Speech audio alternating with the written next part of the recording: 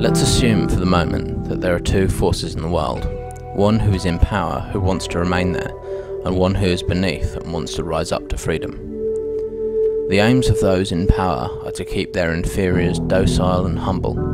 The aims of those beneath is simply to improve the lot of mankind. For want of a better word, we'll call those in power the Illuminati. If this model is true, we'd likely see several methods that the Illuminati would use to keep the public dumbed down and modest. This documentary is focused on one particular method, that which we call the Icarus Lie. It takes its name from the Greek myth of Icarus. In Greek mythology, Icarus is the son of the master craftsman Daedalus. Icarus and his father attempted to escape from Crete by means of wings that his father constructed from feathers and wax.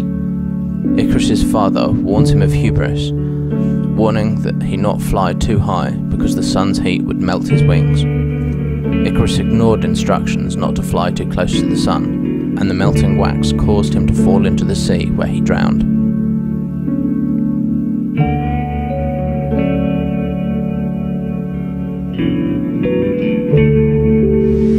Which means that through fiction, or through when you think you're enjoying yourself, through being entertained under cover, and to entertain, tin comes from tin, the cover. When you're under the cover, your sensor part of your mind is not working. And when it's not working, you're unaware that you're being downloaded like a computer. And so all the little emotional techniques that you use, and you're identifying with the hero or the female with the heroine, and there's people in between these days, and all that kind of stuff. Once you start identifying with the characters, they've got you, because they can take you anywhere, no matter what that character does, because as long as you identify this much with them, they can take you that much into where they want you to go emotionally. Atlantis is a mythical island that stories have been told about for thousands of years, and with 1,000 different names: Lemuria, Mu, Avalon, Buyon, Shambhala, Is, Cantor de Guaylod, to name a few. The legend is always the same.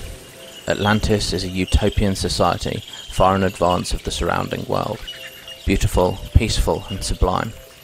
But then one day they develop arrogance and advance too far. Atlantis falls into the sea, and the civilization is destroyed. It is interesting to note that in both these stories, that of Icarus and Atlantis, the punishment was to fall into the sea. But this is not the only thing the two stories have in common.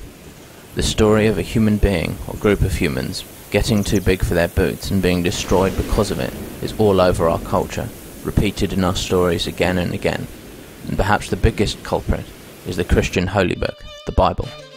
The timeline of events in the Bible starts with a battle between good and evil. God, in this story, on the side of good, and his chief angel Lucifer being on the side of evil, we are told. But what does this really mean? Lucifer, we are told, is the villain, but is represented as a rebel. How you are fallen from heaven, O day star, son of dawn!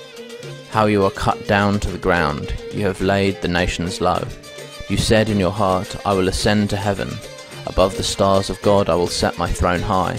I will sit on the mount of assembly in the far reaches of the north. I will ascend above the heights of the clouds. I will make myself like the Most High.